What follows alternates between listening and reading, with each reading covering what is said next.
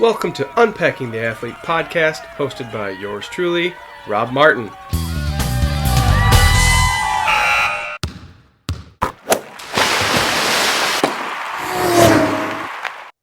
Welcome to Unpacking the Athlete, a podcast dedicated to diving deep into what makes athletes who they are. This is episode 7. Today's guest races mountain bikes and loves ripping some MX on the dirt bike. His accomplishments are as follows. In 2018, he placed third at U.S. Mountain Bike Nationals in the 30 to 34 category in Snowshoe, West Virginia. In 2019, he took the overall win in both the MMBA and OMBC Mountain Bike Championship Series. One of those is in Michigan and the other is in Ohio. One of his favorite wins on the mountain bike was at the Yankee Springs Time Trial in 2018.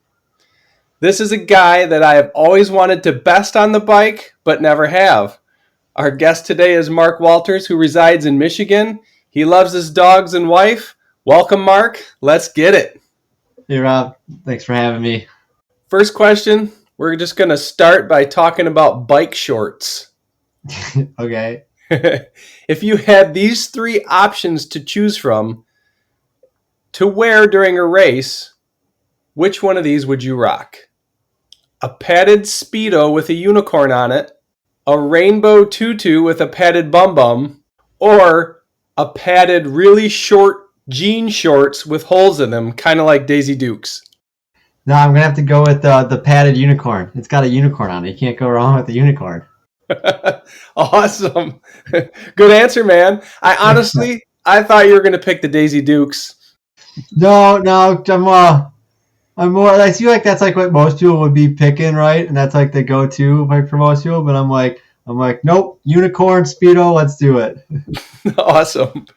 I'm gonna rewind a little in the conversation and ask you to explain to people what the MMBA and OMBC mountain bike series are, where they are, and how you accumulate points to be able to win the whole thing. The MMBA was Michigan's series, right? And that was they used to have 2 series, but that was one of the last series, and this is the last year for it. Actually, it's not even a championship this year. Basically, it was various races in Michigan, and then obviously like your top 4 or 5 finishes count overall for like the series awards. So in 2018, I also had it in 2019, and basically, I had a few wins, and then I was just really consistent. So where I wasn't winning, I took second. And then the OMBC is the Ohio Mountain Bike State Championship. And that one's pretty cool because the trails and the conditions and just the racing atmosphere and class structure is a lot different in Ohio. So that one, it's a different terrain, different kind of pace or anything like that. So with that one, it's same format kind of thing. There's like 10 races or so, and your top 4 or 5 finishes count to that. I basically in that one made sure you need like a minimum of 5 races, and I hit like the 5 closest races I could. There was a couple I did actually stay overnight down there because it's a little bit tricky. So I was pumped to kind of win that. Each one I went to, I had to do real good because unlike other people, it wasn't, if I had a bad day, there wasn't like, okay, well, I got another race to kind of counter that kind of thing. That was another fun one. Since we're on the topic of different race series, another good one, really, especially one that no one's had a chance to experience, is Wisconsin. So it's WARS, Wisconsin Off-Road Race Series, or whatever it's called. That one's awesome, right? The competition is super high there. The courses are fun. I've only done a couple of them. Even the one I didn't quite do, like, I'm going to say the greatest thing, because it was the first one I did, and it was an eye-opener because basically when you join the elite pro class, there's literally there was 90-some people on it. So you think like it's a big wide start and okay, cool, big wide start up a big sledding hill. I'm just going to pound up this or whatever. Well, the start was like a Michigan start where right out of the gate, everyone just rips and goes. So I'm like, okay, no big deal.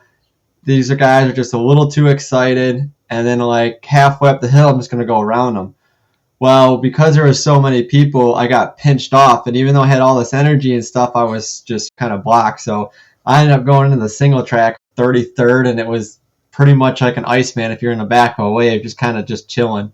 So it's a different pace, like all together, and just a whole different atmosphere when you're lining up with like 90 people, kind of like Iceman, but it's much more single track and everything like that versus, Iceman, you get the wide trail pretty much the whole time. There was actually, I think you and Jordan Wakely talked me into going and racing the Mohican one year down in Ohio, which was pretty eye-opening for me. I didn't think they had quite basically mountains there with technical rooty terrain and steep. I remember you telling me, make sure your brakes work. Yeah.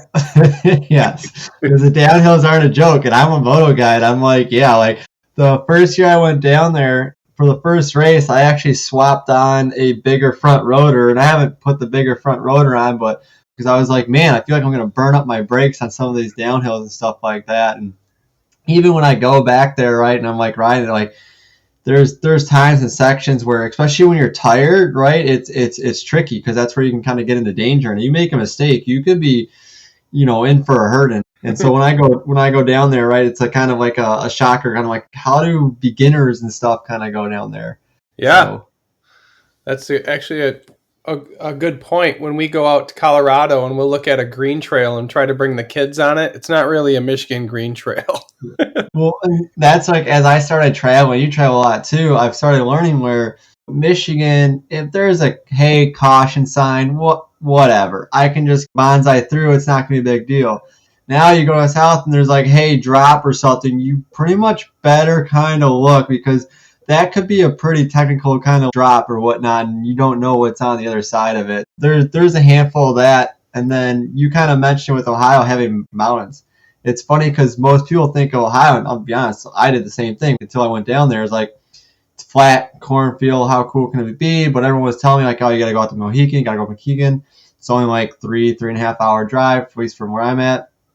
And dude, it's literally like, yeah, I mean, there's not maybe like a mountain, but like for Michigan, it's a mountain because you're looking up there, and then you get to the top of one, and then you go straight down a ravine, and then you got like another 10-minute climb out of it. It's some good trail, and then like you said, it's very rooty, rocky. All the other trails I raced in Ohio are very similar. They don't all have that elevation, but with the roots and stuff, and that's like one thing I love about it. And like full suspension, you're going to want it kind of thing where up here in Michigan, it's smooth, it's flat, you hit some roots, but pretty much everyone's got a line around like the rough stuff. Down there, I love it because like even if you got your weekend warriors and stuff like that, they can't really widen the trails because if you go around the trail, you're just going to make things worse. There's not really going to be a smooth line. So it's really cool. There's not like a cheater line. You actually have to use your technical ability. Absolutely. Out of the two series, the MMB-A and the OMB-C, which series had the harder courses? Course-wise, definitely is going to be OMB-C. I'm trying to think of anything. I mean, just like we just hit on, like, Mohican. People say Vulture's Knob's tough, and I'm like, that one's actually not that bad because, there's a couple of short, steep climbs, but I feel like that's more like a Michigan course, except it has a bit more rocks and roots and stuff like that. But yeah, the trails and the technical skills required, I'm going to say, are much more higher at OMBC trails, so like Ohio trails. Whereas the Michigan trails, they're much more flowy, they're faster paced. Sure, you get some climbs and stuff like that, but it's smooth. And the races tend to come down to, I'm just going to say, more fitness than like your skill level. There's areas where I can remember on one course down in Ohio where, it's funny, I was kind of battling with the guy, and I did a first lap a couple of times. Like I did a first lap, and there's a section where it's really rocky, and then he's in the lead in the next lap, and like I'm like, he made a terrible mistake or whatever. Like just there's like a good line basically through it because there's just rocks everywhere. Where if you went real wide right, you could kind of hug in and hit the apex, or like just the way to do it. Right, there was a certain way you could go through it, and it wouldn't necessarily be the fastest for the first half of it, but there's the next corner after it. So you would set yourself up into a nice line. So if you took an extra second to line yourself up the first part of the corner, you had more of a straight shot and you could kind of weave through. So second lap, he's just all over the place. So third lap, I'm like, hey, watch this. And he goes, wow, that was really smooth. And I'm like, yeah, because I could easily gain, like that little section, I could gain 2 seconds where you're on a smooth course, if it comes to Michigan, you actually get to the point where like the fast guys are so strong. I can keep up with some of them even because they can't use their highest power, because you can't use all that power because the trail won't allow it. You won't be able to, make the turns, or you'll just be burning up, wasting energy. So there's areas where like the stronger people, like even though they're way stronger than you, they're not able to use all that power. So if you're just smoother and use your speed, you can keep up and not use as much energy as those faster guys are. I definitely noticed that too when you races outside of Michigan that I've done. The smoother you are, the better you are on technical stuff. It's easier to keep up because, like you said, you can't power through everything like you can in Michigan, basically. Yeah. Well, it's like nationals. First year I went to nationals was 2017, and I took my hardtail. And that was the reason, actually, I switched off a hardtail and got a full suspension. And now, for the record, I'm completely all for full suspension, even in Michigan. There was like a long rock garden. And in Michigan, you get a rock garden or whatever, and it's all, okay, cool. Shift up a gear, right? Pedal real hard to get your speed going, and then just kind of float through it, bounce through it, and then pedal again afterwards. Well, the rock garden is so long, it's not going to work because you're going to go through, you're going to start going fast, and then all of a sudden, oh crap, I'm in way too high of a gear. I can't pedal through. You can't just bounce right through it. So the fast line is actually just relax, downshift a whole bunch so you have the cadence right and everything like that, and then just to continue and pedal through it basically. And even on a hardtail, sit down and just keep pedaling kind of to get yourself through it, because sitting down and pedaling over the bumps is faster than basically standing and kind of like because if you stand and pedaling, it's not working, then you're standing just trying to absorb it. If there's more than one or two, you're just slowing down. It's like hitting a section of braking bumps, or think of like driving your car down a dirt road and you start hitting those bumps. When you hit those bumps, you really slow down, unless if you keep your throttle on a little bit, you'll kind of keep your momentum moving a bit more. Makes complete sense. Thinking at both of those, again, the MMBA and the OMBC, what had the better competition? So that varies. It all depends. Like you're probably aware, just who shows up. I could name drop a few. Like you got like Wakely, you got Scotty, you got there's a handful of guys in Michigan. If they show up, they're going to be fast, kind of thing like that. And some guys that are always kind of wild cards because you don't know how they're doing in their training. Right? Take a little time off, it can actually really impact like your speed. But the same thing's like down in Ohio, right? If you get Van Ort showing up, he's an older, faster guy. If you get Charlie Mullins, he's a former, I think he's actually gone back doing it again too, like factory KTM enduro guy. Really strong on the bike and everything like that. I raced against him actually in 2017, my first national I did. He won it. And then now he's like basically, he's done pro races, XCT races and things like that, where he's like a top guy kind of thing, especially in the e-bike world. You get the competition both ways. It all just matters of who shows up. For the most part, I would say Ohio is going to win in I'm going to say more like your faster middle pack. So like Michigan, you have like, let's say 5 or 6 guys or whatever that are like on a different level, right? They're going to be there, they're going to be gone, and they're going to be gone. Where Ohio, those guys might not show up, but then the next group back is pretty close, right? So there's a good, another 5 guys or so that are not going to be too far off the pace. Instead of like the top guys winning by, multiple minutes, it's like, oh, they're only like a minute or so back kind of thing. So you kind of get that. But it also, once again, and I think those guys show up more often than what we get in Michigan for showing up. Okay. And the last thing I'll mention on that is basically, I think also with the races and the race series kind of dropping off in Michigan, our turnout's getting less and less kind of thing, right? Because there's less, we say, marketing or promotion and stuff like that. So we'll see what happens next year when I think when promotion drops off, and then see where it goes from there if anyone picks it up kind of thing. We'll see what happens. Can you walk us through your race at Pontiac Lake this year and tell us how that went from start to finish? Pontiac was a fun one. Guy showed up, which I expected, and I was actually looking for him to show up because I wanted to basically test myself, because I've been doing some training laps out there this year, like 3 laps, and I haven't been out there, up until this year, probably like in 2 years. So I was feeling good, especially for doing 3 full laps and everything, setting real good times. And that's a trail where, yeah, I have the handling skill and stuff like that, but it really favors the guy that has the handling skill and also can keep putting down consistent power, because there's really no like break. Where a lot of trails and mountain bike trails, I can stay fast because I recover quickly. So I can charge up a hill, get a nice smooth downhill, breathe for a second, and then charge again kind of thing, get it going. Where Pontiac is just nonstop, just hammer, hammer, hammer. That's one too, like with Scotty, like he's, king of the mountain there, right? Has a ridiculous like 34-minute time. My best time is like 36 minutes, and he's like 2 minutes a lap faster. And it's like, that's just insane, right?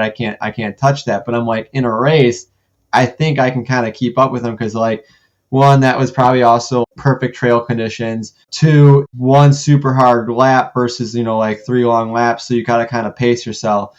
So I was looking forward to this because no matter what the conditions are, especially like lately at Pontiac Lake, it's been really dry, really loose. I can kind of charge and handle well. So race started off good. Basically, I was just, staying on the rear tail of Scotty, kind of what I planned. And then around the second lap, I was planning on basically passing him a little bit before the third lap. And the third lap, I just wanted to drop the hammer and take off. Well, second lap, just before like halfway, we get to long flat section, couple climbs, and he just starts hammering down, puts on a charge, and I'm charging, trying to keep up. At one point, I'm like, I'm going to pop, basically, right? I kept trying, and I'm like, okay, I'm just going to take 10 seconds or so. Like, I just got to ease up for a sec and kind of get a breather again. And my goodness, when I took a quick little ease up for a sec to kind of catch my breath and everything, Sky just walked away and kind of disappeared in the woods. And I was like, holy cow. So I kept up the decent pace, and then I guess at the end of that lap, he was up like 30 seconds or whatever, right? So he opened up like a 28 seconds, I think, technically gap on me.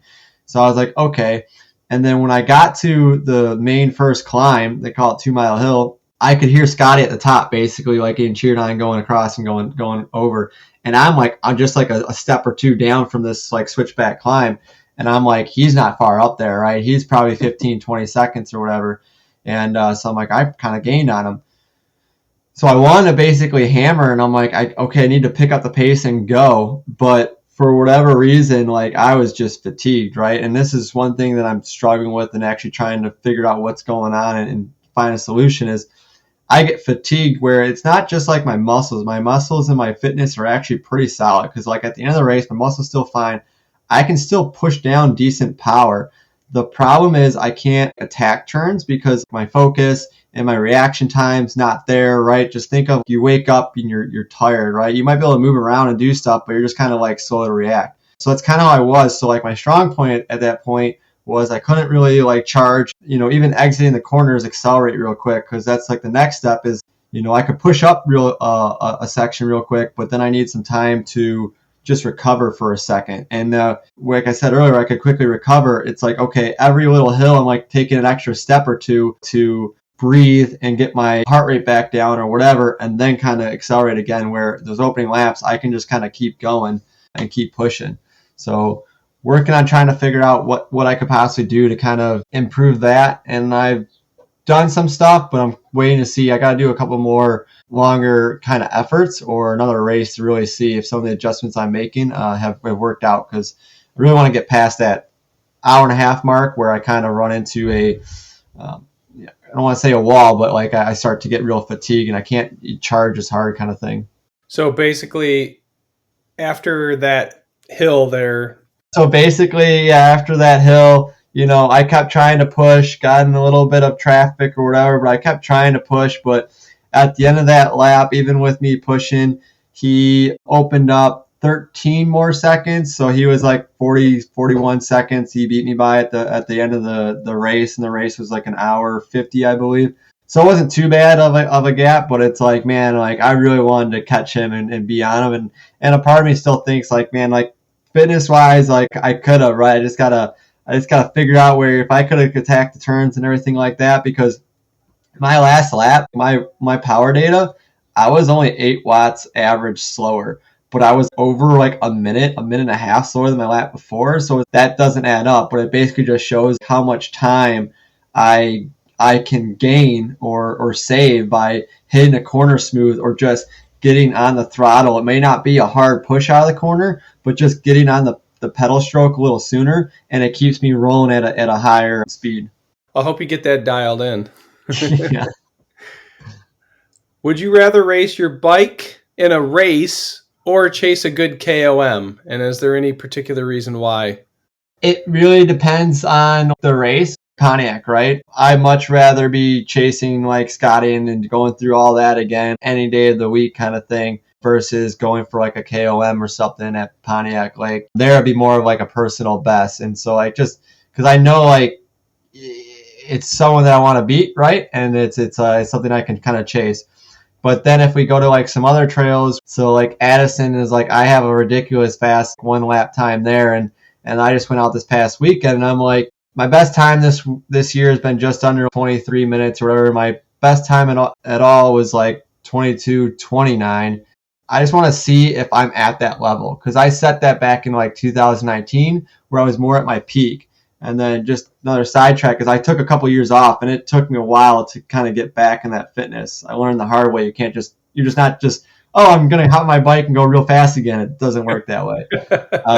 So like in that instance, right, like this past weekend, I'm like, I just want to charge hard and I want to beat that KOM, right? And I was able to do it, right? So if I'm motivated to do it, then like, yeah, I want to. So it really depends on the racing, who shows up. It also depends on like the trail and like if someone has a KOM. So if someone has a KOM or if I have a KOM and somebody decides to take it from me, I don't even care. Like everyone knows this. You don't care if it's 10 years old. You're like, now tomorrow morning, I know what I have to go out and do. I have to go ride that trail and try to take my KOM back. So there was actually a good one. Sorry, to run off on another tangent, but a few years ago, like someone 2020, I think it was, maybe it was 2019. I think it was 2020. Lake Orion High School redid their trails, right? And everyone started riding it. There was a lot of people riding it, and Scotty Alba and Jeff Weinert were just going back to back, like, trying to set the fastest lap times. And the trail's been shortened down to like 18 minutes, I think. It's pretty dang fast compared to where it was like closer to 40. I'm like, all right, I'll play, right? And it was funny because like I got it, and then like the next day Jeff took it back for me, and then like I think I took it or Scotty took it, and then I think right now I don't know if I had a Scotty or Jeff. I was the last one to take it, and I took it by 1 second. Literally 1 second, and I think it's still holding. So that's another fun one when you kind of get this rivalry kind of going back and forth where it's like, yeah, it's not a race, but you're racing your buddies and stuff like that and really pushing yourself. We have some of that going on over here too at Owassapee. Yeah. When did you get started on the bike and how did that happen? So mountain biking, it's kind of was off and on. Basically back in high school, I think I went out to Pontiac Lake with my older brother, just on some old beat up bike. And I remember basically trying to stop for the turns because it was so bumpy. And here I'm like a moto kid and I'm like, this is gnarly. So I rode here and there just with my brother. And that probably was like 2004 or so. Might have been a little bit before that. But it wasn't until about 2008 I think I actually was like got a bike of my own. So instead of just like borrowing someone's bike or whatever, I went out and I got a decent bike, $1,000 or so or bike, right? I started riding here and there and like I was like, okay, cool, I want to do Pontiac Lake and I want to kind of win Pontiac Lake in the sport class. So I raced Pontiac Lake in 2008, probably 2009, maybe in 2007, like just a couple times. I don't know what time frame, but around that time frame. Never won it. I think the one time I was in first, I got a flat tire. I just kind of like cross-trained, I guess, and just rode here and there because I raced motocross at the time. That was my main sport. And then 2013, I started to get on a little bit again. My buddy started showing me Strava. I found some of my friends also rode, so we kind of got a group together and we started riding. So in like 2014, me and Matt Tingley, a good friend of mine, like really were like constantly riding with each other, battling each other, like, going for like our best times kind of thing and training together. And so in mid 2014, we're like, hey, like we've been practicing Addison and everything like that. Let's go ahead and do a race.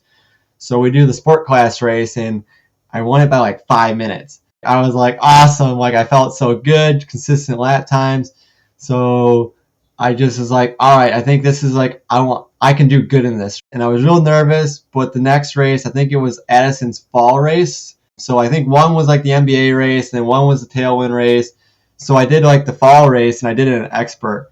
And I was all like nervous. Oh my goodness. Okay, this is a big step up, right? Kind of thing. Pulled the whole shot again, kind of thing, and just kind of checked out from the pack. And once again, I won by like 3 to 5 minutes or something. So 2014, there was a handful of races I did, and that's really what got me into it. And that's where 2015 is when I made the jump to Elite Pro.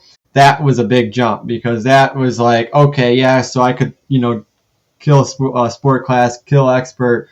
But now it was like, ooh, I'm in like the back of the pack, right? So if 10 to 15 guys showed up, I'm like 8th to 15th, and especially at Yankee, right? Because Yankee always had the most people showing up.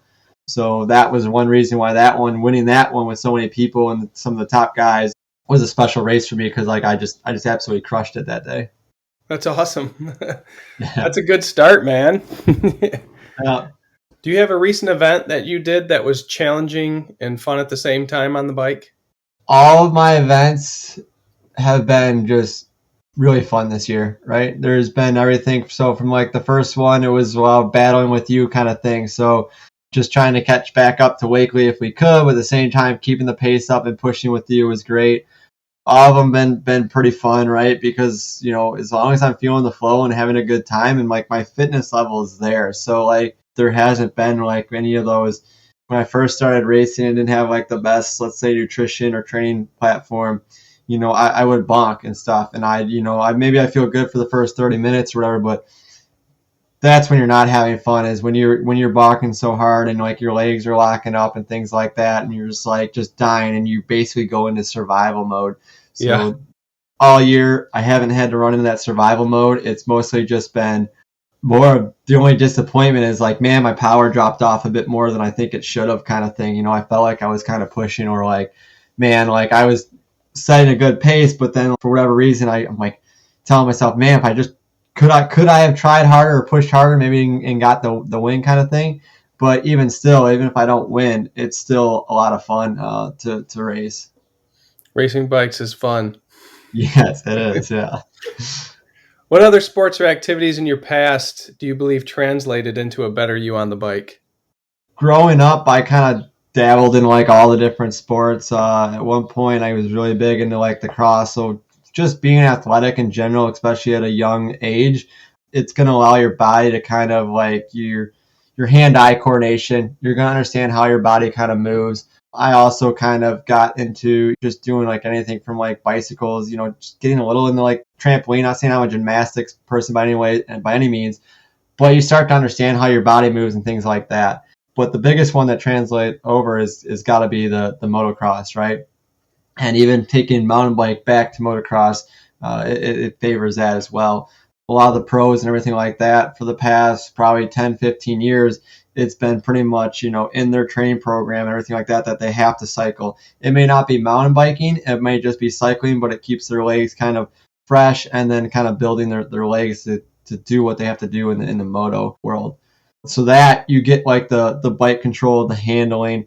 The other kicker that like I feel that like where I notice where I beat a lot of kind of people like or am stronger is, so you can have like the flow trails in Michigan or where it gets a little technical and weavy, but the high speed sections. So the high speed sections where you're kind of weaving through trees and stuff like that, to me, I get much closer to the trees, I think, and I can just flow better in there. I think it's more of I'm just much more comfortable at the higher speed than some, because I'm used to being on a motorbike where 18 miles an hour is quite slow kind of thing, right? So whipping through trees and stuff like that, having the higher speed, right? I'm much more comfortable with that. And it's kind of funny too, because mountain biking, I'll draft someone real close. I'll push real hard where like, I'm losing traction, but I know how to read terrain. And like I can feel when I'm losing traction. I let my body kind of do its thing. Where road biking, I mean, you think maybe I would be good at making turns. I'm absolutely terrible at road biking because I'm like Mr. Nervous when it comes to like, okay, we're hitting this corner pretty fast and like there's any kind of loose gravel. I'm like, nope, like I don't trust the concrete whatsoever. And I skateboarded and did all that stuff as a kid. So I don't care if I'm going 2 miles an hour. I fall on asphalt or concrete, you get all scraped up. It's no fun. Mountain biking, I can crash, go off in the woods. Dirt biking, get flipped over, as long as there's no tree or anything that I run into, it's like I might be banged up, bruised up, but I'm not all scraped up most of the time. So it's just different. I'm with you on that. I'm the same way on the road bike. It's just, I don't want to fall on it because I've crashed on my bike and skateboard as well when I was a kid, and I've got scars still to this day that are on my elbows and knees from that. And I'm over that. But like you said, you can flip off your bike into the woods, into some leaves, and hop back on and keep going. Yeah, exactly. What was the best investment that you made in yourself, or maybe a parent, family member, friend made in you that was the most helpful to you to get you to where you are today on the bike? One of the best investments really is just time. And it kind of goes with the second best investment, because I didn't start putting in the time until I got a professional coach kind of thing like that. So I started working with Jason Hess at Kinetic Fitness Coaching. It's funny because I talked to him once. I was nervous to talk to him too, because it's someone else, someone new. But I had a friend who used him, and I remember we were battling, and man, he got really fast one year. And so I'm like, all right, this whole just doing my own thing is not quite working. So I think it was 2017 I started working with him, and that's where my training really kind of took off. I went from the back of the pack of the elite to all of a sudden now I'm a guy kind of battling in the top 5 kind of thing, and a front runner. One of the first things he asked me, because we did this little pre-conversation, right, to see where we're at, what our goals are, things like that. He's like, so how much time are you putting in on the bike? And I'm like, think about 9 hours a week kind of thing, And I'm like, I know the top guys are I'm told they're more 20 hours or whatever. And he's like, okay. And he's a nice, easygoing guy, easy to talk to. And he comes back and he's like, so your Strava shows you're going 4 hours with a maximum of 6 hours a week. And I'm like, oh wow, that's pretty I guess bad or whatever kind of thing. And now I never did any kind of base training, anything like that. Winter I wouldn't really ride, right? And then all of a sudden springtime I'd start doing it, and I always went out where everyone always was like, Mark has one speed, it's go.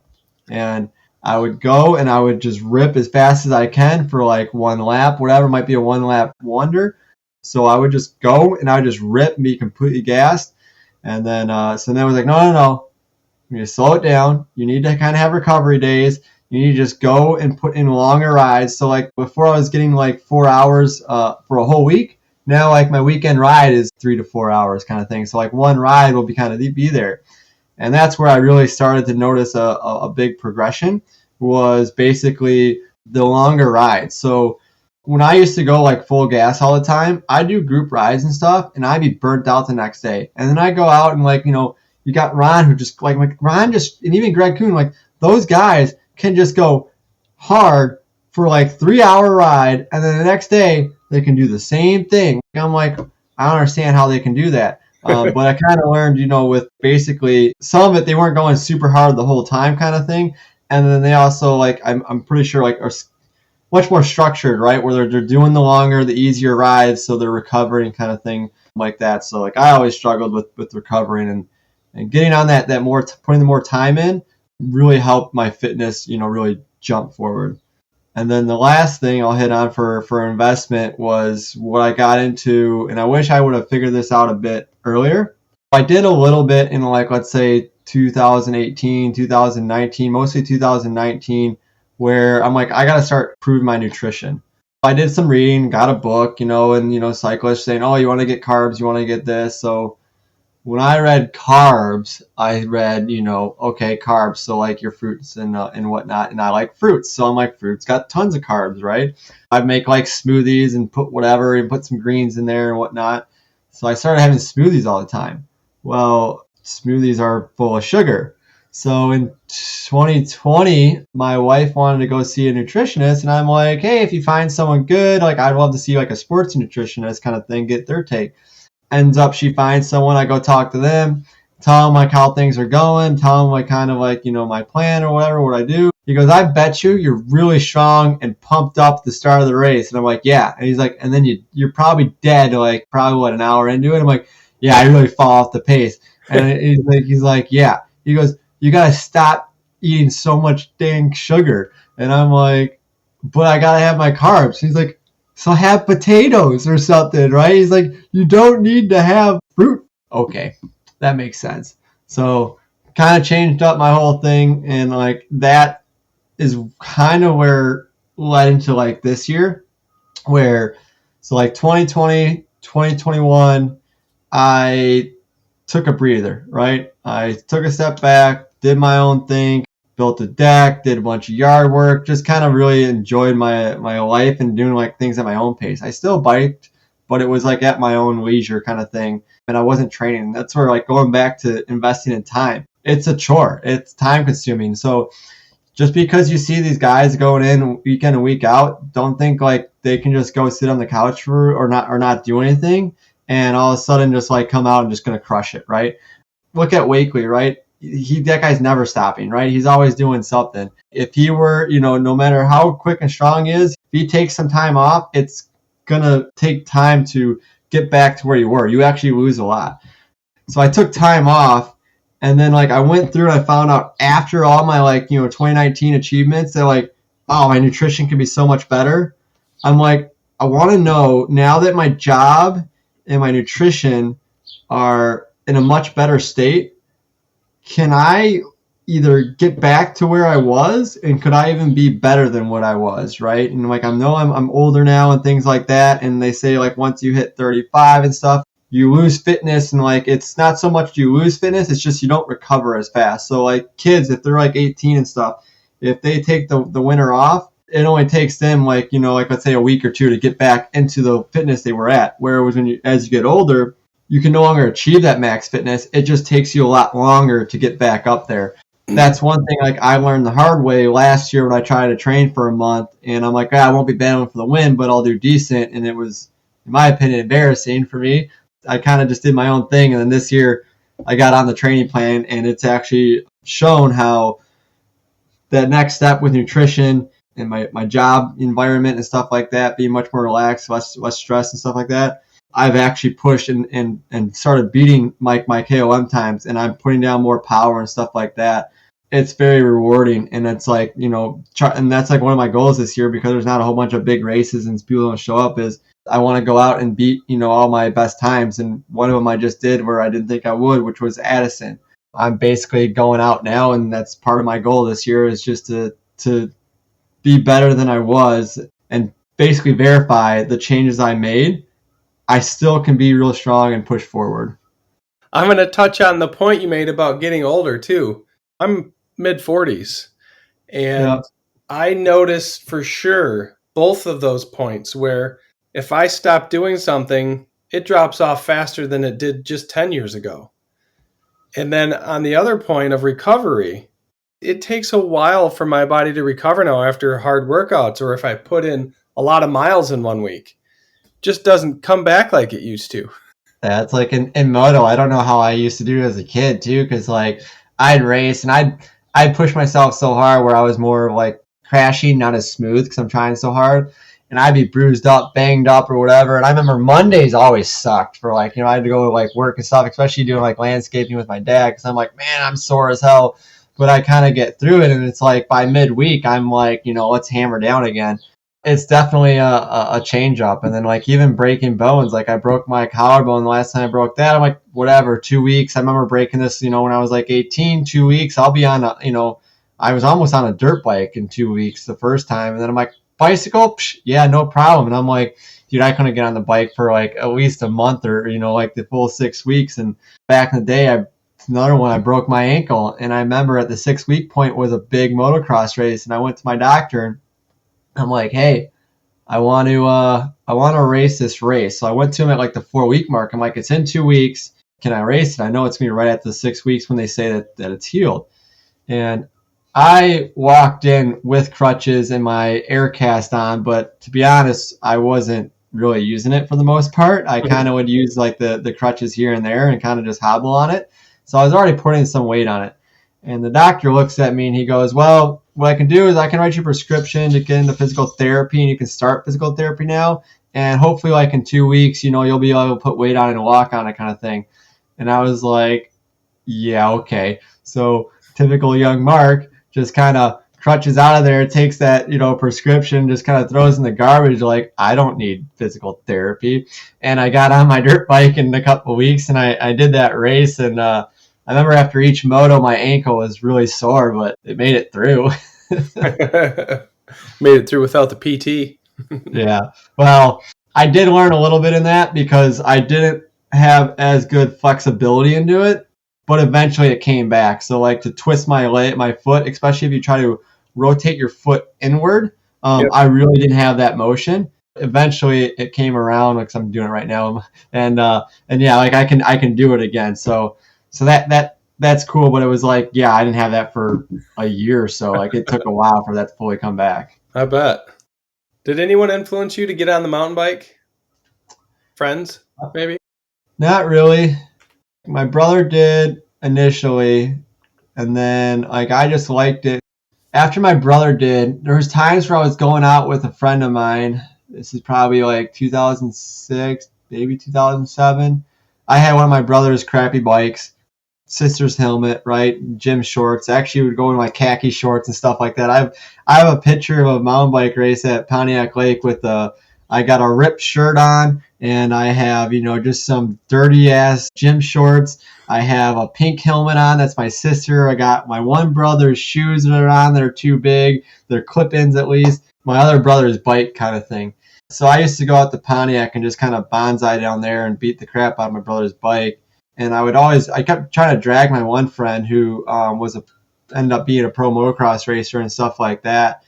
And he came the first couple times, but then he's like, nah, it's just not fun for me kind of thing. And even though he had I'm going to say the skill set and stuff like that, he just didn't enjoy kind of the pushing of the fitness kind of part of it, which is understandable because I always tell new people this. I'm like, hey, look, you're probably going to be gassed. You're probably going to be tired when you first start biking, but just keep doing it. The more fit you get, the more fun it becomes. The longer you can go, the more you can push. And that's really how it's been for me, is I kind of just got in it, and I enjoyed pushing myself, and I enjoyed the more fun it became. And then really what kind of did push it up, my amount, was I ran into people and friends that also rode. So it's like, I wouldn't say they inspired me because I was also kind of already doing it, but they definitely inspired me to keep pushing and to push myself further. Strava is actually another good, if you want to say inspiration, is Strava, because Pontiac Lake, we used to always, moto guys like, oh, I did it in 45 minutes. Yeah, bull crap, right? There's no proof of that, right? So now you can go, oh, look, here's what's your Strava time kind of thing. And it's funny because like even to this day, you run into people in moto that are like, they're like, hey, yeah, I mountain bike and stuff like that, like, and I'm pretty good or whatever. And it's like, well, you go look what your times are, and you're like, yeah, like you're decent for a moto guy, but I'm like, I can do a ride with you, but it's gonna have to be like on an easy ride day. I can't go that slow. Like I have a training path to kind of follow, and it's I had one friend. It was funny because guys like a good friend of mine I battled with for the longest time, and he's a former pro moto guy. He's an older dude. He's just turned 40, might be 40, about to be turning 45 maybe. He's an older guy as well, still in the moto. But he was another person like Matt Tingley, where we would go back and forth, just racing each other. Like, and by racing each other, I mean just on Strava or whatever it might be, or just going out to the trail at the same time. And we would battle together. And he was always like much more stronger than me because he would do a lot of dirt roads. We get to the flat sections, and he'd start pulling away. And I get to the rough sections, and I'd just be bonsaiing through it. And I remember like one of the first rides I did with him, he goes, man, if you could ride a dirt bike the way you ride a mountain bike, you'd be so fast. And I'm like, yeah, I wish I could ride a dirt bike like that, but I can't. It got to the point, though, where like I started getting faster and faster, and then like he kind of stayed at his own pace. So now when I go do rides with him, I mean, there was one time I was riding, we were doing Pontiac Lake, and I'm just kind of pedaling easy, following along with him. At one point, he yells at me. He's like, would you just shut up? And I'm like, oh, sorry. He's like, I'm dying here, and I'm pushing, and you're just like, la-di-da-di-da back there, just talking. I'm like, oh, my bad. It's like, I wouldn't say I necessarily had like an inspiration or whatever. I definitely had a good amount of group of friends and stuff like that where it kept me in the sport and inspired me to kind of keep pushing forward versus just to get into the sport. Was your first race on the bike at Pontiac Lake in the pink helmet? Yes. Yeah. Nice. That's kind of epic. Yeah, I did that. I did that one, and then I did 2 races that year because then I did Stony Creek, and it was all same outfit, gym shorts. And I wasn't a gym short guy by any means. Yeah. So I remember the gym shorts that I was wearing were the cheapest gym shorts I think at Dunham's or wherever I could get them because started going to the gym with a friend that from college, and we started lifting. I'm like, okay, I got to wear some shorts because all I have is khaki shorts at the time. That's all I wore. It was like cargo and khaki shorts kind of thing. Cheap gym shorts and a pink helmet. Yeah. That's awesome. How many hours a week do you spend on the bike during base building? Base building, pretty much, I'll start first week, it's going to be kind of low, right? So let's say only like 8 hours or whatever. But with base building, it's just kind of keep increasing. So I do like 4 weeks. The first 4 weeks, I might build up to like 12 hours or so. And then I take a week of recovery, and then I'm going to build again to like, let's say 14 hours or so. But really the end goal, depending on where I'm at, I like to try to get like an 18-hour weekend for like the last week. The longest I've done was like a 21, 22. And that one I played smart because I knew I was going to do like an 18-plus hour week. And I just said, okay, I'm taking a week vacation. I went down south. And it's so easy to get the hours in when you can just wake up and you just basically like, okay, I'm going to go ride my bike. It's base, right? So just go out and ride. So you're not just dead tired the next day kind of thing. Like, yeah, I get on the bike, but it's only going to be for like an hour just to try to loosen up. So that's where I try to work up more towards like the 18 hours. But then once we get in season or we sit more in the intervals and stuff like that, that's where I taper it down. And it gets to be more around like 10 to 12 hours. Like 12 hours is like the maximum. And then with race weeks, it's tough because the length of the race, and then you take a day for openers. And now, like right now with where I'm at, I'm doing a lot more recovery. Almost like every week I need like an extra day to recover because even my training rides on the weekend, I might not have a race, but I'm pushing myself. I'm doing kind of like my own, I guess you could say, kind of races or whatever. I'm doing some really hard efforts.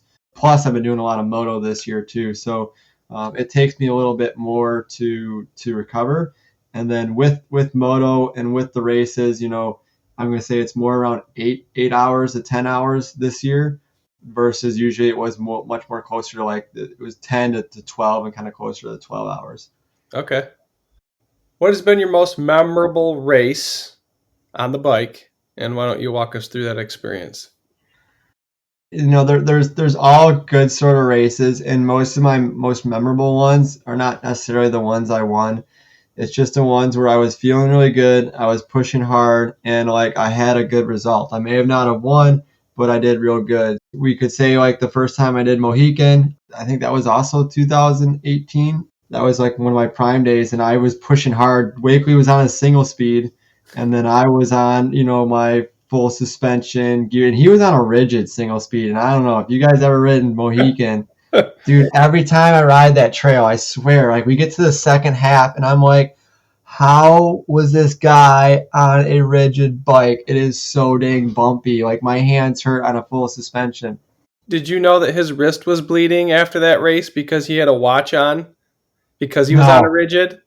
But that makes sense, right? Like it's just that rough. That's one race where the start, right? It was me and him. We pulled away. He put a gap on me, but I could keep seeing him.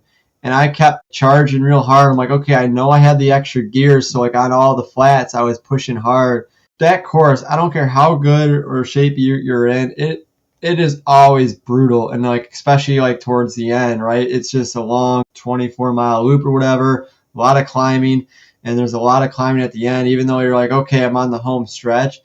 It's still like I'm always just like almost going into like survival mode at the end, right? Especially with a couple of the climbs. At the end, I know he tipped over too at one point. So I don't know how much that set him back, but basically at the end of it, right, I was kind of gassing out. He actually mentioned he was kind of worried I was going to catch him at the end because it gets kind of like flat and bumpy, but I just couldn't kind of power down. But I want to say, like, I only finished a minute behind him or something like that. Like, him and I were kind of gone. And to this day, it's my fastest time by far at Mohican. So that was like probably like one of my coolest ones. And like, there's so many others I could kind of say the same thing, but it was basically a similar story where the races that I win, and mostly because like no one shows up and I'm just like checked out. And sure, I won by like, let's say 10, 15 minutes or, something amazing. Those races are actually usually not that fun for me. It's the Right. races where I have something to chase or to battle, or if I have someone behind me that's giving me that extra kind of push and thing like that. Even if things don't go well and like I don't do as good as I think I should have done, kind of thing, I still enjoy kind of seeing that and having that chase and kind of that battle versus just going out and crushing it. That race too, you guys came down to Ohio and you guys took first and second place in We the did. top race, right? Yeah, we and it was a little disappointing because there was like at least 5 Michigan guys there. It was awesome. So we had Rick Weatherall was there, who's still a strong candidate, and Joel Paluski, I believe, was also there. And both of those guys, I don't know if they would have been third and fourth, but they would have probably been in the top five, right? So like we could have had like a Michigan like domination podium. So that was another cool thing to just drive down there, and basically the 2 Michigan guys that come down there are now kind of on top. That was awesome. Do you have a ride, not a race, and it could be solo or with a group in the past that was pretty memorable? Maybe like an adventure ride or something? My buddy Matt Tingley, we went down south, and it was like, hey, we're just didn't really have a game plan, and we just took my van, drove, found a place, got on bikes, rode, found a hotel, repeat days in, days out. The last day on the home stretch, and we were chasing like rainstorms, right? So like our first initial goal was to go down to like Georgia and riding like Chattanooga and all that fun stuff. And we actually made a bolt down to there, and then it like downpoured. So we ended up road riding around, I forget what it's called, but basically around the Smoky Mountains, and that was really cool. So he found a cool route in there, and it's just like, I don't know, here's a Strava segment, it's a 100-mile race or whatever. We're going to do a 50-mile loop of it because it's like a figure eight. So that was like cool. And then on the way back, I was tired, right? Because we ended up driving like to dodge the Georgia rain. We said, screw it. We're going all the way to Santos. So it was like another 7 hours south. And like we only took like 3, maybe 4 days. Like we just did like an extended weekend kind of thing. So drove all the way down there, did like a good ride there. And on the way back, I was tired. And he's like, no, dude, we're going to do another ride. And I'm like, all right, we'll do another ride. And so we're trying to find, it's like a gravel race, trying to find a place to park. I'm driving around this course like there's just nothing. It's just we're in the middle of absolutely nowhere. So we find like a shooting range, and it's like I don't know if it was a national park or state park shooting range kind of thing. Went to park in that lot, and the guy's like, well, hey, are you biking? He goes, yeah. You don't want to park here because as soon as I leave, I close that gate and you're going to be locked in here. He goes, up ahead, there's this little area where like some people will camp or whatever off to the side, park there, and then you can do your ride. So I ended up like, we drove past and I'm like, I think it was that little spot there. And sure enough, it was just like basically pull off on the side of the road. I'm like, whatever. He says this is where people go. So that's what I'm doing. And this ride, like I was tired, but I'm like so glad we did it kind of thing, and that he pushed me into doing it, because it was a decent ride. And then like the last, I don't know, 5 miles, man, the clouds just turned to like super dark. And we're like, this is bad. And the night before, there was a tornado warning and spotted like on the other side of the highway from where we stayed. And this is like the storm, I think, just kind of catching back up. Tornado sirens went off while we were riding. It was a straight up downpour. Like couldn't see like crap. And I'm just like, oh, this is so bad. And it's like one of those rides though where like this is just kind of like nerve wracking and just kind of a shit show. But like we made it through. Everything was good. I didn't have much gravel tires on. I had like road tires on for my gravel bike. But made it through, get back, and we start heading back. And it's like one of those things where you may not have been like, I'm sure in the moment, I probably wasn't thinking I was having the most fun, but you look back on it and it's like, that was an awesome ride. I'm so glad I pushed and I did that. So that was a real good one, especially to share that kind of moment with my friend Matt and stuff like that. Those are always the best. I've had a few of those as well. How many years have you been racing at the elite level?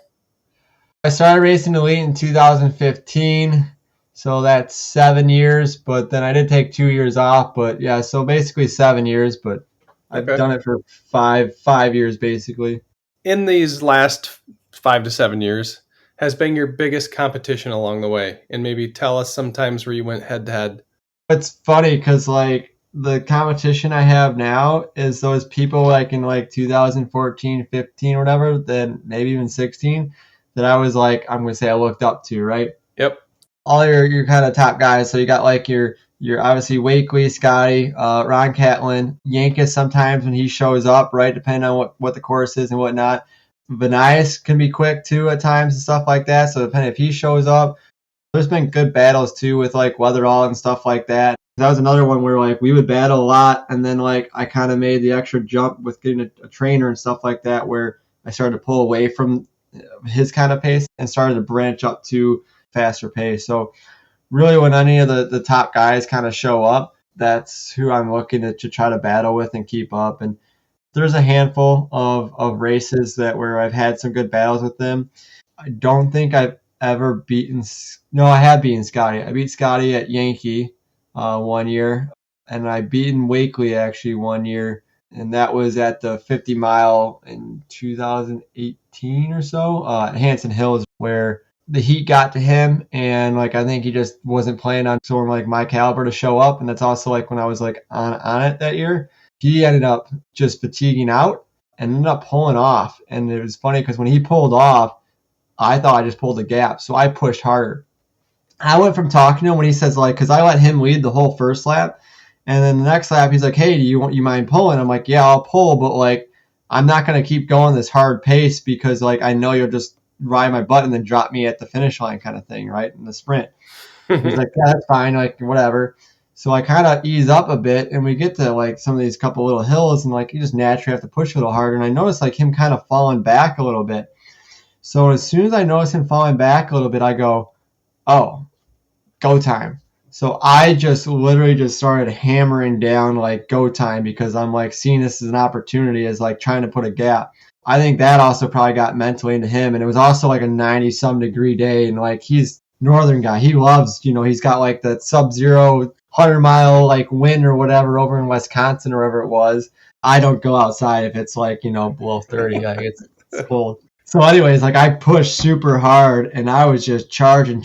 And then I started to fade and I kept looking back. And I'm like, man, where is he? And I started slowing down. I'm like, he's got to be like right on my butt, like, because I'm starting to fade.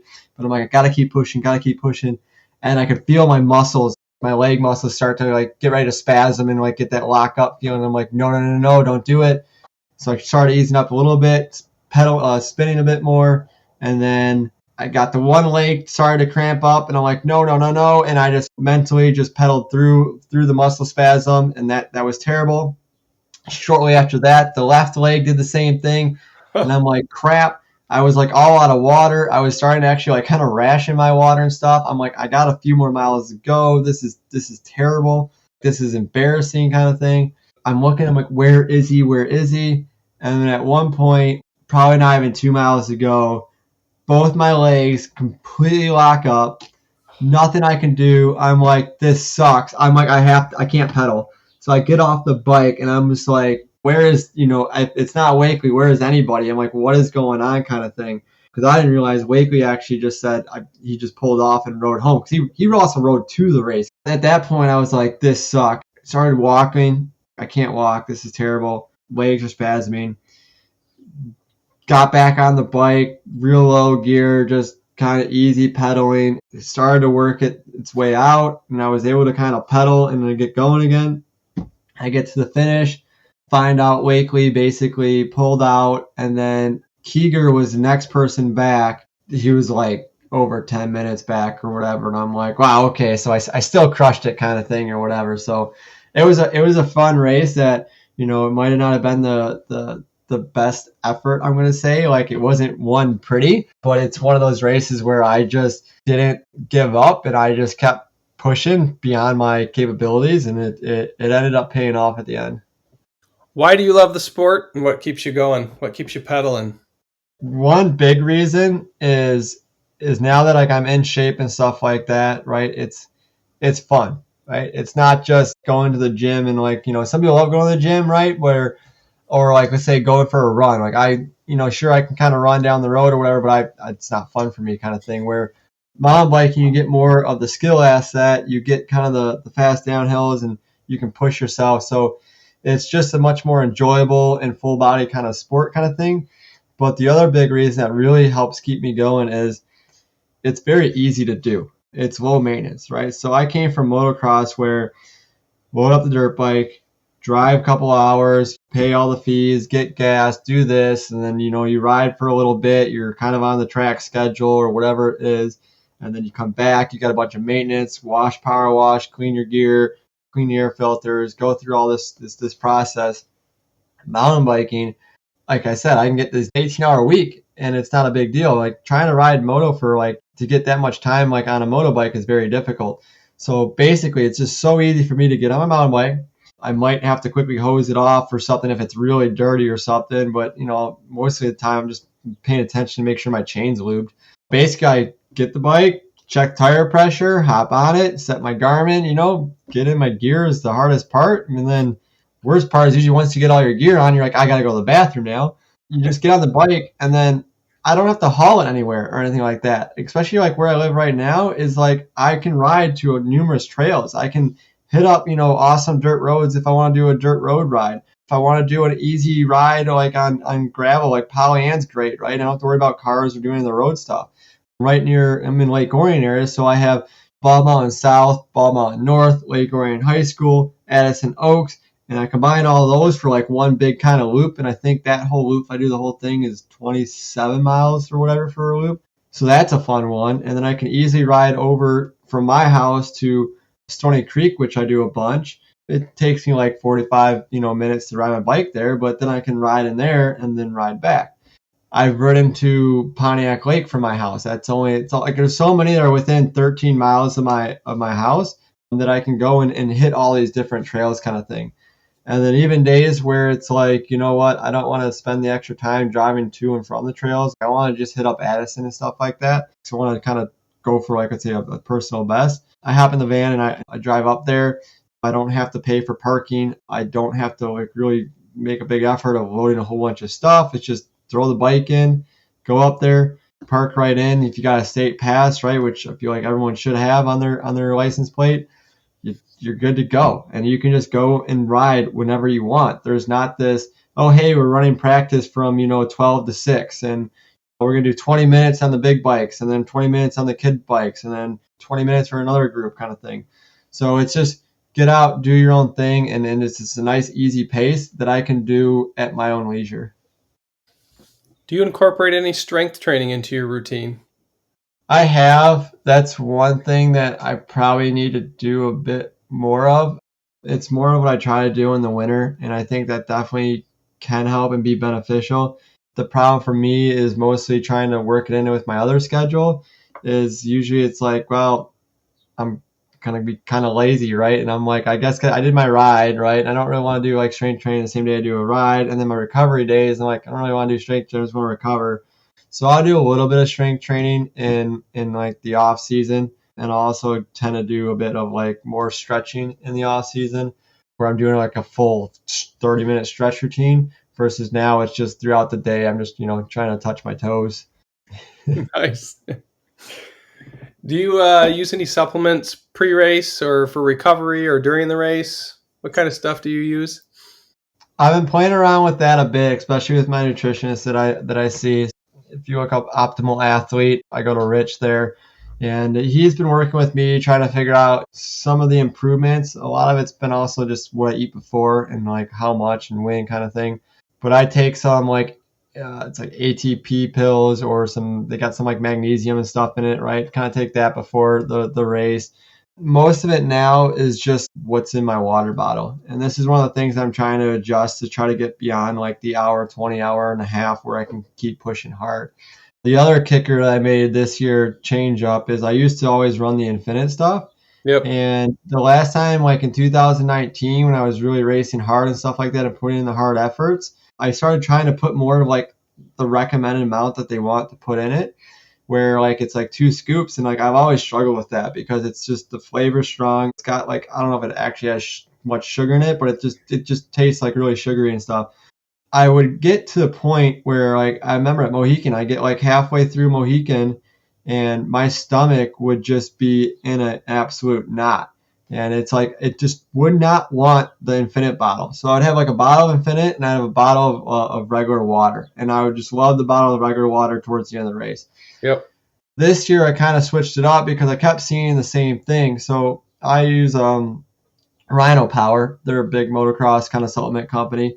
But what I really like about Rhino Power is the stuff I use with their stuff is I like to use their Carbo Fuel, which is just carbs. It's all it is. It doesn't have all the other stuff in it. There's no flavor with it. So there's not like that upset stomach kind of crunching feeling. And I can put in how much I want to try to get a feel for if it's how much I need kind of thing.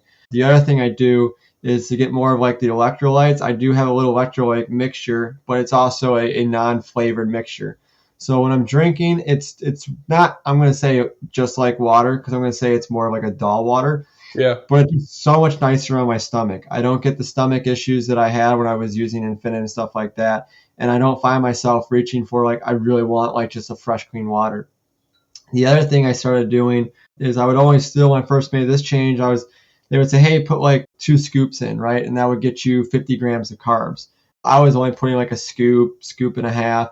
And then I was always like, it was more like around like an hour or so, like I started struggling. And then we started, okay, bump up the carbs kind of thing. It's like, and my nutritionist like, you should be putting like 2 to 3 scoops in, right? That 2 scoops is like you're recommended for like your average person. If you're pushing yourself more to the elite level and pro level, you need to be basically consuming more than that, especially on like your harder efforts. So that's where I started playing around. I've been getting up to like 2.5 scoops. And then now, after Pontiac, this is one of the changes I made, is I'm actually putting closer to 75 to 80 grams of carbs in there and seeing how my stomach can handle all of that, and to see how much, if that's one of the reasons, right? Am I losing it because I am just losing energy? So I'm going to be looking at basically how much carbs I'm getting. And then the other kicker is I might also be taking another kind of like magnesium pill or something like that. The only other thing I really take before a ride is if it's a race, I'll take a caffeine pill. I don't drink coffee or anything like that. And I respond well to caffeine. It just kind of gets me like really awake, and like I can really like charge hard when the caffeine's in my system. It's like one thing I did try with, I was doing with like Pontiac, and a bit before that, I was taking a caffeine pill while I was riding about an hour in. And that didn't seem to make much of an effect as I was hoping. So this is where I'm now trying to see what's the next thing that I can do to see what it can work. And that's the thing I try, a lot of people go, hey, tell me what works, right? And stuff like that. And just because I'm here saying, hey, this is what I'm doing and this is some of the stuff I learned, I've learned it through a lot of trial and error. Don't just go, I don't think that's going to work, or that didn't work for so-and-so. If you hear some advice, you don't know if it's going to work. And even if you don't think it's work, just try it. If you don't think it's going to really hinder you, it doesn't hurt to try. Kind of get a little bit of like you got to do it just like a back in school science exam or whatever, right? You come up with a theory, you got to test it 3 times or so, right? Don't just do it once and go, yeah, it didn't work out. To kind of see your results, to see like, okay, did that kind of work? So I try to tell people to just go ahead and basically keep trying different stuff, because if you just keep doing the same thing over and over, that's when you hit your plateau. If you hit a plateau, try to find what if you want to get to the next step. If you can get to the next step, you got to find something that will help get you there. Yep. Everyone's going to be different, and you're definitely going to have to do some trial and error on your own. Yeah. Do you use any devices to help your recovery after hard workouts and races? Like, do you do any yoga, massage, percussive therapy, foam rollers, compression? There's 3 keys to recovery that I have learned. One is the nutrition kind of thing, just making sure you're eating healthy afterwards, and potatoes and yummy stuff like that. Because if you drain yourself even during the ride and push yourself beyond to where you're dehydrated, it takes much longer to recover versus if you just were proper nutrition during the ride and after the ride. The other big one is massage. With that is I have a really good massage guy that I've been going to now for a handful of years, who, it's funny because like he can just find all the spots where it's like, people think massage is like, oh yeah, like this is relaxing. Like I'm going for a nice relaxing massage. Every massage I go to, it's painful, right? Because he's getting all the knots out and everything like that. There's the massage, and I utilize him because there's times where like I know I have issues wrong, and he'll be like, yeah, you're all out of whack. Like he's like, I can tell the way you're sitting, your hip's not sitting right, this isn't right. And like by the time he's like, all adjust me done, and I'm like, okay, this is good. I can walk normal now. He's like, yeah, you're like an inch taller too now. You're not like an old man like leaning over. And it's funny too, because like with that, I learned growing up, I always had back issues, especially after moto. I learned that it was more into like cycling. My legs get really tight and they start pulling on my back. So my muscles get tight and then it pulls my back out of whack. So if I could keep on the massages and keep my muscles from getting too out of whack, my back has been way more happy than it has been in the past. And then the other thing that I've done is, sometimes it's hard to kind of get massages all the time. It can kind of be expensive and things like that. So I went out and I tried one of those massage guns. And honestly, those are great. Doing that, I can feel like the spots that are rough and I go over it. And I'm like, yeah, that now it's feeling a bit better kind of thing. There's been times where like in the winter when I'm on my trainer and I'll be doing my warm up and I'm like, there's a spot like in my left like thigh is not feeling good. I'll hop off the bike and I'll run it back and forth with the massage gun. I'm like, okay, yep, now we're good. Now my leg's kind of moving a bit better and stuff like that. That's another awesome one. I started taking that, especially on my long rides. If I'm driving and sitting for a while, one of the things that I've been told is basically you need to keep the blood flowing, right? So I got compression socks and things like that. But now it's even better because I can use the massage gun. So if I stop at a rest stop and let my dogs out, walk them a bit, I can at the same time kind of be hitting up my legs to get the blood flowing through the thighs to keep them from kind of cramping up, I guess you can say, and keep them loose for the race. Absolutely. All good tips. Do you have a favorite interval workout on the bike? Do you like the shorter ones? Do you like the longer ones? I like the ones where I can basically charge a hard lap. Typically, it's on the shorter side, but it also can be anywhere from like, let's say, so the shortest one I can think of is going to be Bald Mountain South, where my fastest time there is just under 12 minutes. But then if we get out to, like if I can do a hard effort for 40 minutes or so, like at Pontiac, just any effort where if it's training that I can chase basically like a KOM or like a hot lap kind of thing. The longer efforts are fun and enjoyable when things are going well. This year I've been enjoying them a lot more because I've been seeing kind of how well I've been doing, more consistent I've been doing with the laps. Now that I'm seeing those well, it's like I want to like, let's go charge as hard as I can, lay it all out, right? Versus like, okay, I want to do 3 laps where I know I have a good pace, and maybe you try to like give it your all the last 10 minutes. But if you can give me a lap where like the one where it was a 12 minute course, I pushed that one, and like it's wild when I look at like kind of my power output for that, because for that 12 minutes I was able to put down, it was like 345 watt average. And that's average in mountain biking, where averaging in mountain biking is very hard to kind of keep high because, yes, you're constantly coasting. You can't keep pushing super hard, and you have downhills, you have turns, and my Garmin records the zeros. So like 300 versus 0, that's a quick drop, down to like 150, if you take the average of that. And then like the nominal power was like over 400, I think, or something like that. It was ridiculous. So being able to see like kind of that and I just want to just push it, put it all on the line, leave nothing out, charge as hard as I absolutely can. I love those because then it kind of gives me a sense of where I'm at and I can push myself as hard as I possibly can. But as long as it's still like a mountain bike trail and it's still also like more of a lap. If it's like 3-minute intervals, to be honest with you, yeah, I like it when I can do well in them, but I'd much rather go for like, let's say, 10 to 20 minutes if I can do a full lap and get like a segment kind of thing. Gotcha. If there was one race you could do over again, what was it or what is it, and what would you have done differently? There's like numerous races I do over again. Like almost every race I do, there's always, it's, if you want to improve, you have to reflect on yourself, right? With how the race went.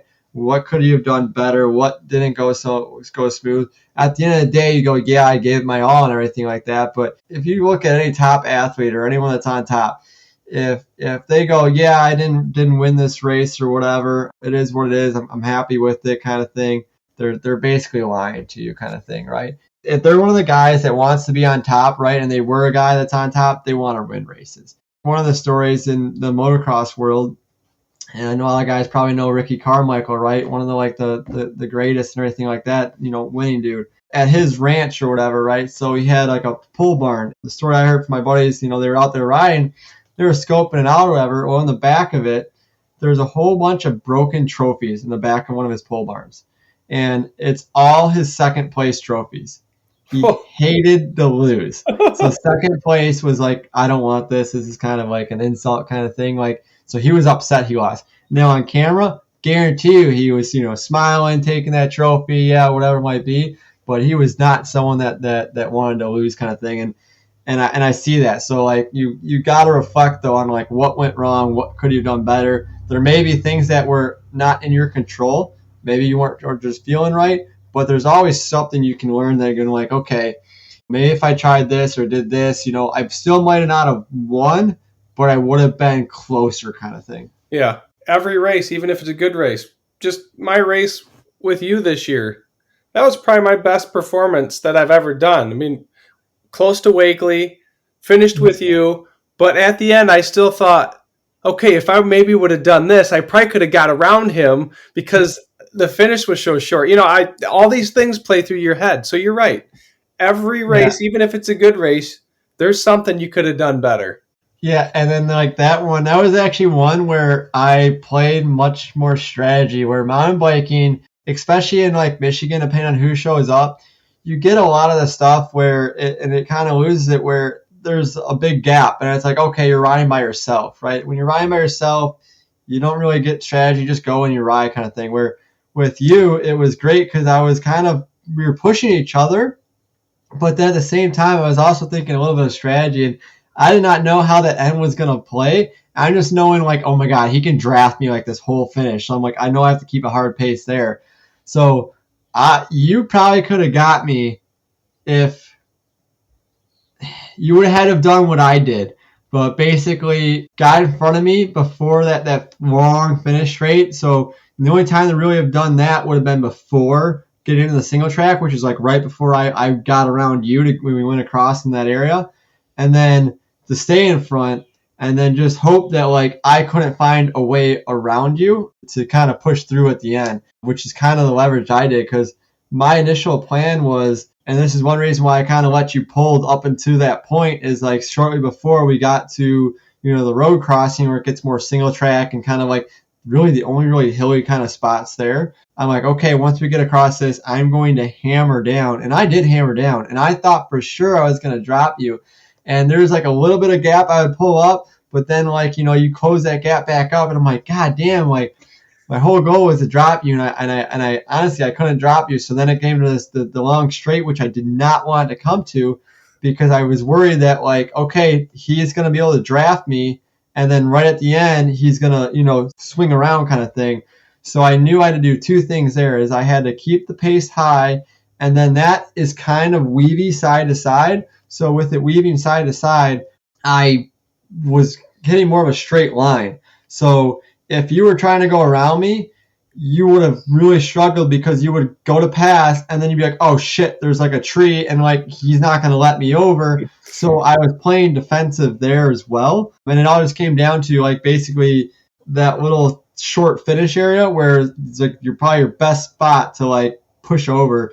You probably could have got it if you or made it closer. You would have had to have, like, as soon as it gets to that like little like small banner where it's still like two track, start there, because I think at that point you could have had a straight shot all the way to the finish, but you didn't quite know because you couldn't see what was, until you got to the grass basically. Yeah, no, you played the trees perfect. Yeah. There was no squeezing around, because you're right. I'd go to one side, damn it, there's a tree, and I'd swerve to there's a tree. It's just going to have to be if I can get around them at this like 15-yard finish. And you put in a good effort there, and there was no way. Yeah. Yeah, I did something like that in moto this past weekend where it was cool because the guy, I knew there was a 450 on my butt, and like I just was like, this guy is not getting by me, so like I just charged like as hard as I could, like because like he took the inside and he's got the power coming out, and he wanted to get to like the inside lane to kind of block me, and I'm like, no, no, no, no, dude, I'm blocking you out, like you are not taking this line from me. So I just came in way higher than normal, and I just held it on to like where he was just like, whoa, what's going on? I pretty much pushed him out of my way kind of thing. And then like I came in so hot though, like I wasn't really set up perfectly for the turn, so I had to brake real hard. I had to like pretty much almost come through I wouldn't say a stop because I was still moving pretty good, but basically in the middle of that corner, I had to almost stop and like finish the turn because like I had to finish. I didn't finish braking until I was in the middle of the corner, where normally you finish braking at the very entrance and then you start to roll on the throttle. So I was just coming in so hot, and I took that line away, and I was like, "No, dude, not happening." And I kept him behind me because I was also like the last lap too, and everything like that. So like he kept trying different lines, and I just kept charging extra hard and making sure like I could feel him kind of coming, and like and then here I come, and like nope, I just come crossing by again to kind of block the line from him. So that's like one thing you get more in moto than mountain biking, because mountain biking is, especially in Michigan and even in Ohio now where the races are much longer, you lose a bit of that battling after the first few laps. But there are some races where the first few laps, man, like in Michigan especially, like we come out of the gate swinging, right? It's fast paced, ball to the wall, versus Ohio. It's a much more relaxing pace, and they're going to try to turn it up towards the end. Do you do anything pre-competition to get yourself ready or motivated? You do any music, any mental visualization rituals, routines? Not really, because I'm more of just like I'm getting like, what do you call it, when like anxiety or kind of worked up a little bit. Just naturally, I am very like antsy, I guess, kind of at the start like that. Most of the times I'm pretty much just like, okay, like I'm just naturally pumped up, ready to go, just waiting for it to drop. And some of that might be because I'm kind of nervous, right? And to be honest with you, I'm like nervous like every race, right? No matter what's going on kind of thing. I don't really listen to like music or anything like that to pump me up kind of thing like that. I do have that caffeine pill, so that might also be half of it. Right. So that's pretty much it. Every once in a while, you'll probably see me like clapping or doing something. Like I'm very fidgety at the starting line, and that's pretty much me kind of pumping myself up, but more just keeping the feeling going and just being ready to go for when the gate drops. So basically when the gun goes off, that I'm gonna take off, because especially in Michigan, like I said, like the top guys, the first 10 to 15 minutes are usually an absolute hammer fest. If you want some advice from Michigan races, hold on for that 10 to 15 minutes. Give it your all. Don't worry about popping, because the pace is going to slow at some point. Just be there when the pace slows down so you can have someone to chase and you can still draft a bit. Absolutely.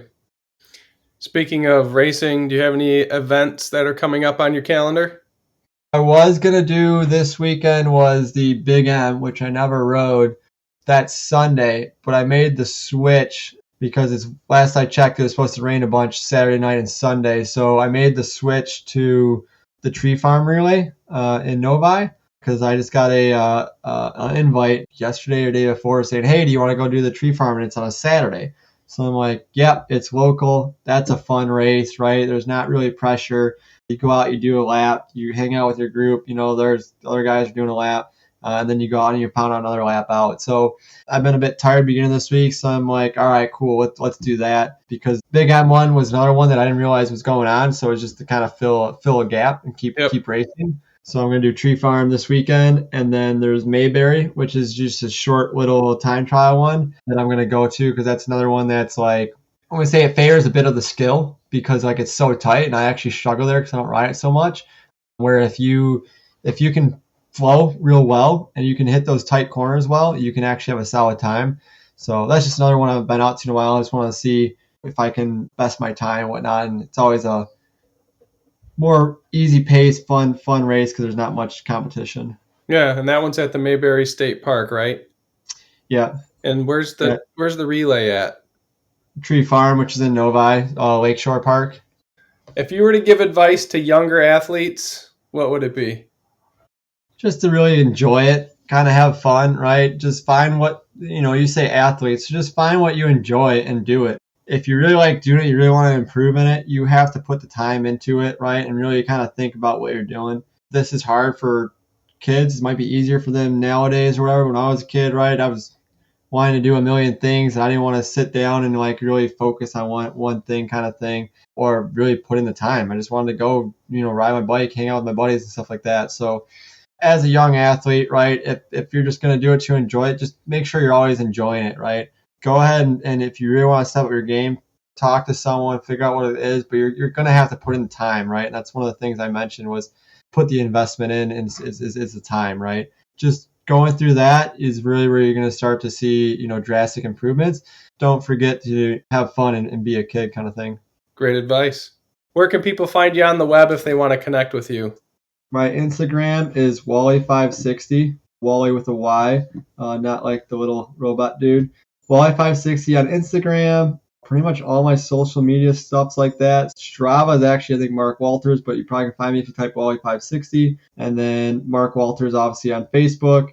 But check it out because like my Instagram, my Facebook, I do post a lot of, like right now I'm doing a lot of moto stuff and a lot of mountain bike stuff. And I do like tell stories. So there's usually some good race reports there. There's been some good funny videos and stuff. And that's one thing actually this year that I've been doing quite well is I've been telling myself for the past few years, like, I'm telling myself for a while, like, I want to do some motor races again, right? I want to do motor races. I want to do some mountain bike racing. And I wanted to do more video footage, right? And like take some video footage mountain biking. Telling myself that for over 3 years at least now, right?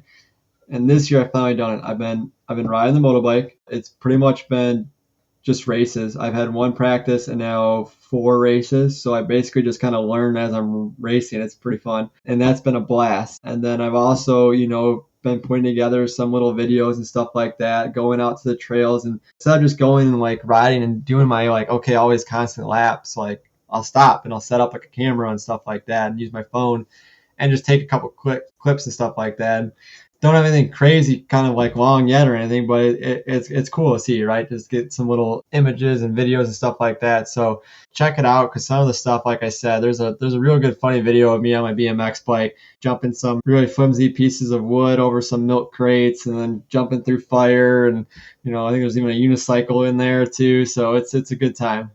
I've been paying attention. They're definitely enjoyable. So I definitely would connect with him. And it's Mark with a C at the end, not a K.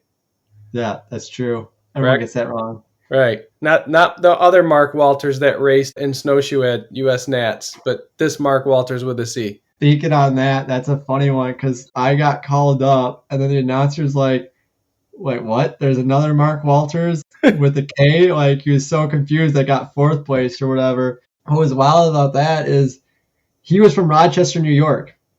Oh, I'm from Lake Orion, but like, man, if I was from Rochester, Michigan, like that'd be crazy. The only kicker is I ride for a Rochester bike shop, so I'm like, man, like that's got to be kind of confusing because I think I had my like RBS, jersey on too and everything.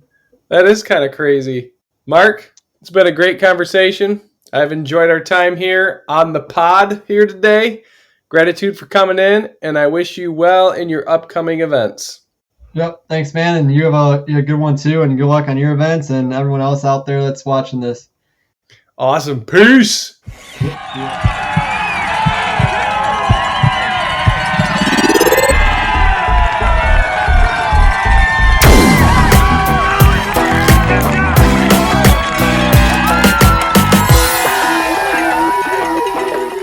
You have just listened to Unpacking the Athlete.